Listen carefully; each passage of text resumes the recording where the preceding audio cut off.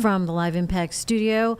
That is Becca Birdsall's dashboard camera. And Becca, we showed earlier the video where the one driver was trying to pass through and the cop was waving him back.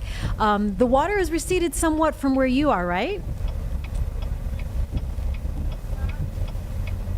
Seeing some improving conditions for sure. Now, actually, that video was taken by our chief photographer, Paul, and it was hard to watch. A police officer was chasing the car down to make sure that they didn't drive, especially where the waters are the highest. Now, I want to show you what we are seeing now. The city of Charlotte actually just put up these barricades that you see right in front of the Storm Tracker vehicle. So we've got orange barricades now up along with yellow cautionary tape, just indicating that Choate Circle, just before you hit Carowinds Boulevard, obviously completely blocked in both directions. And this is the bridge that is over Steele Creek that is submerged with water. You can see actually that rushing water there that is moving very fast. Now, seeing a little bit of improvement because the rain is overall very light. You can see a couple of sprinkles on the windshield. That's about it. So that's the good news.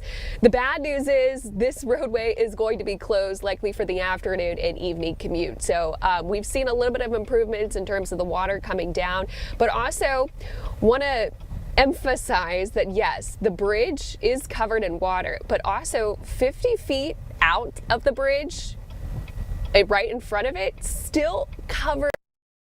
Now, we've seen a couple of cars actually try and drive through this, eventually do get stopped, especially before they hit that rushing area of water there. But it's not a good idea to go over a barricade. Definitely, that's going to be the word of caution of going forward the rest of the afternoon and evening. Now, Steele Creek is in Carowinds, is one of the areas that is under that minor flood stage at this point. It's actually the third highest level that it's ever been on record.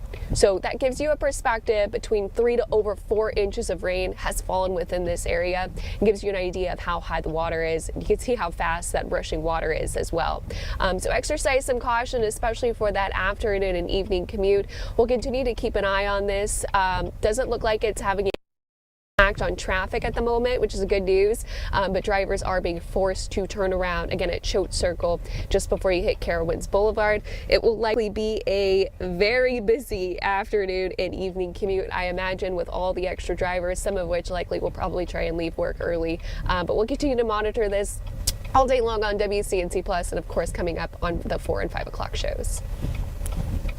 Okay, thank you, Becca. Wow, that was incredible to see from earlier today, not even an hour ago, a car trying to drive on through. And I mean, Majestic, this is what's happening. People are just trying to, they don't heed the warnings. They don't, know that just a small amount of water can move very heavy, big objects downstream. Yeah, and you don't even know what's underneath it too, or whether or not the road's even there or not. So thankfully that police officer was able to run after that car and say to turn around. But yeah, I mean, not only are you concerned on whether or not the roads are there and what is under the water, but also it's just concerning because you just don't know how high everything is going to be.